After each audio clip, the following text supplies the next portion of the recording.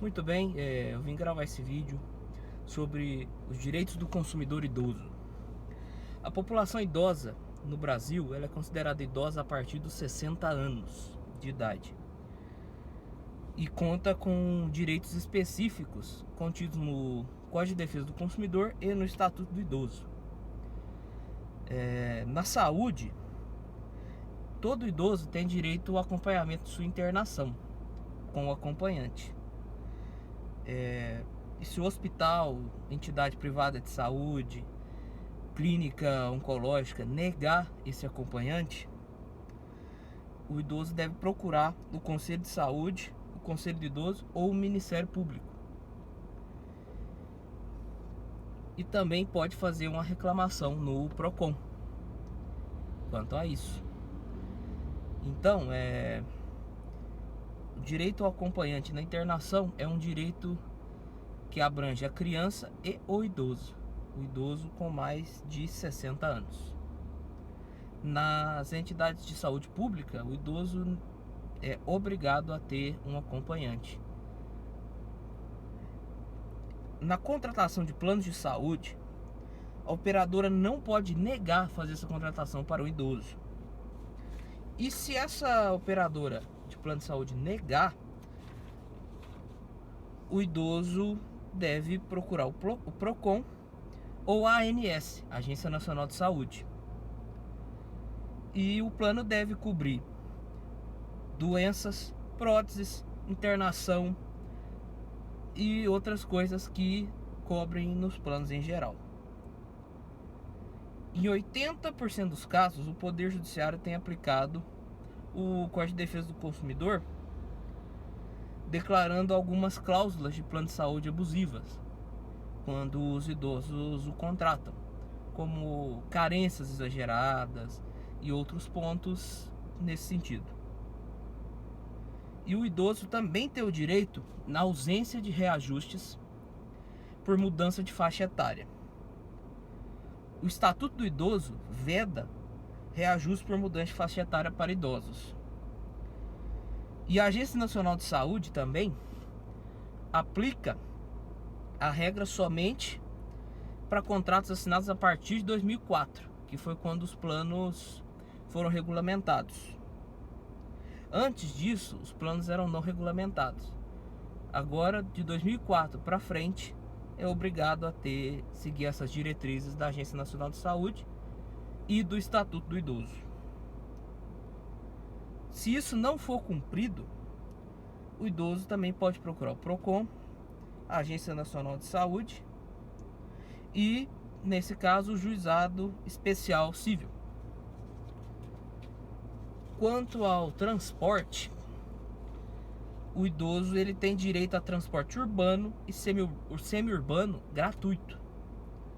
Metrô, trem, ônibus que circulam dentro da sua cidade e nas cidades vizinhas.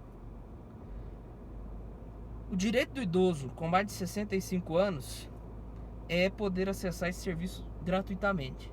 Nesse caso, não são 60 anos, e sim a obrigatoriedade são de 65 anos para frente. E isso é uma especificidade do prefeito garantir esse direito. Algumas cidades, como Uberaba, garantem para mulheres o transporte coletivo gratuito a partir dos 60 anos, não a partir dos 65. Se a sua cidade ela não tiver o transporte público gratuito para idosos a partir de 65 anos, o idoso deve procurar o Ministério Público para o Ministério Público acionar a prefeitura para a prefeitura disponibilizar esse transporte público gratuito. No transporte interestadual, ou seja, os ônibus de viagem de empresas de translado interestadual, deve reservar pelo menos 2 vagas para os idosos maiores de 60 anos, com renda menor ou igual a 2 salários mínimos. Essa é a obrigatoriedade. 2 vagas preferenciais para idosos com 60 anos ou maiores, com renda de 1 a 2 salários mínimos. E se houver mais idosos querendo passagem naquele mesmo ônibus para realizar aquela mesma viagem e os assentos gratuitos já estiverem ocupados, esses idosos têm direito a 50% de desconto na passagem. Para ter esse desconto, o idoso tem que ir no guichê da empresa e comprar essa passagem com pelo menos 3 horas antes do embarque do horário da viagem. Se isso for desrespeitado, cabe uma denúncia à ANTT, Agência Nacional de Transportes Terrestres. O idoso também tem direito a vagas no estacionamento, público ou privado. 5% das vagas de cada estacionamento devem ser reservadas para idosos. E essas vagas não são em qualquer lugar. Essas vagas devem dizer respeito a, como se diz, mobilidade do idoso. Elas devem ser perto da porta de entrada ou de saída. Em caso de supermercado, deve ser de fácil acesso ao idoso ao supermercado. Então o estudo deve ser observado quando for reservar esses 5% obrigatórios. Nas vias públicas, desde 2010, também é obrigado reservar vagas para os idosos.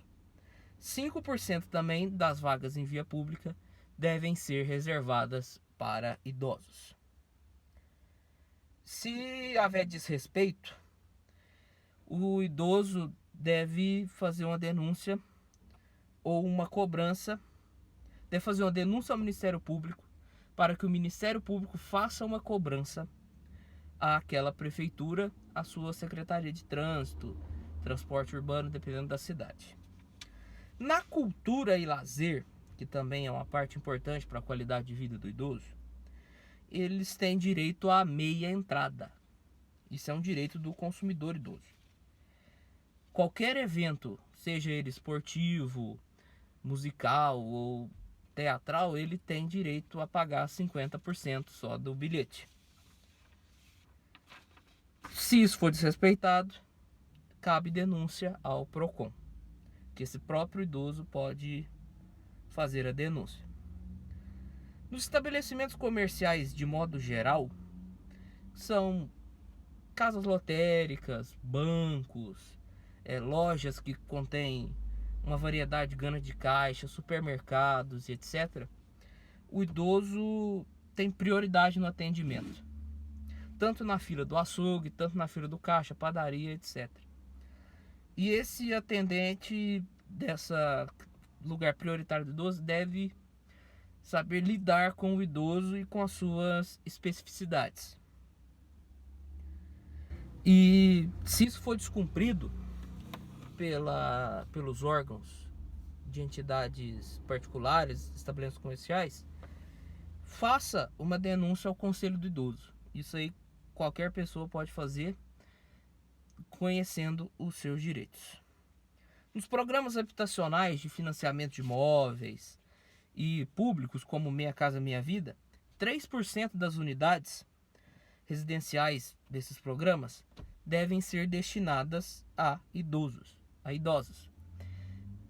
para eles terem o direito de poderem conquistar a sua casa própria.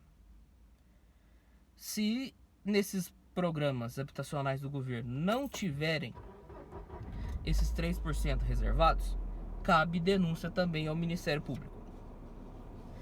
E agora, por fim, nos financiamentos. Não pode haver financiamento feito para um idoso com mais de 72 parcelas, sendo descontadas diretamente do seu benefício de aposentadoria ou pensão. E é indispensável a autorização prévia do idoso. E por meio de serviço eletrônico, tem que ser com acesso autenticado. E as parcelas desse financiamento, se o idoso quiser contratar, não podem exigir mais do que 30% da renda desse idoso. E quanto ao recebimento da aposentadoria, instituições bancárias só poderão oferecer crédito e cartão de crédito a esse idoso após 6 meses do recebimento do primeiro salário de aposentadoria. E as taxas também de financiamento do idoso são diferenciadas. O INSS não possui nenhum convênio com bancos, financeiras e etc. Então, se alguém ligar para um idoso passando por uma instituição financeira em nome do INSS, contando os dados do idoso, isso possivelmente é fraude. Então, desconfie se alguém ligar para você, idoso, e fazer qualquer coisa que não seja devida. Contando seus dados, não passe dados a ninguém, mantenha esse sigilo. E muitas vezes esse sigilo de informações do idoso é quebrado. Eu tenho um convívio muito grande com idosos, pessoas da terceira idade, pensionistas, que esse direito de oferecimento de crédito a partir de 6 meses da concessão do benefício não foi respeitada por algumas financeiras. E elas ficam importunando essa pessoa com ligações indesejadas e N outras coisas, mandando cartas, e isso é de certa forma desagradável. Logo após o primeiro pagamento já se recebe ligações de empréstimo consignado. Se isso acontecer com você, que é aposentado ou pensionista, faça uma denúncia ao PROCON da sua cidade, porque isso é o seu direito. E cuidado também com ligações de pessoas querendo rever o seu benefício para aumentar o seu salário, etc. O INSS não tem convênio com o banco e o INSS não liga para solicitar revisão de benefício, a não ser que tenha alguma fraude, etc.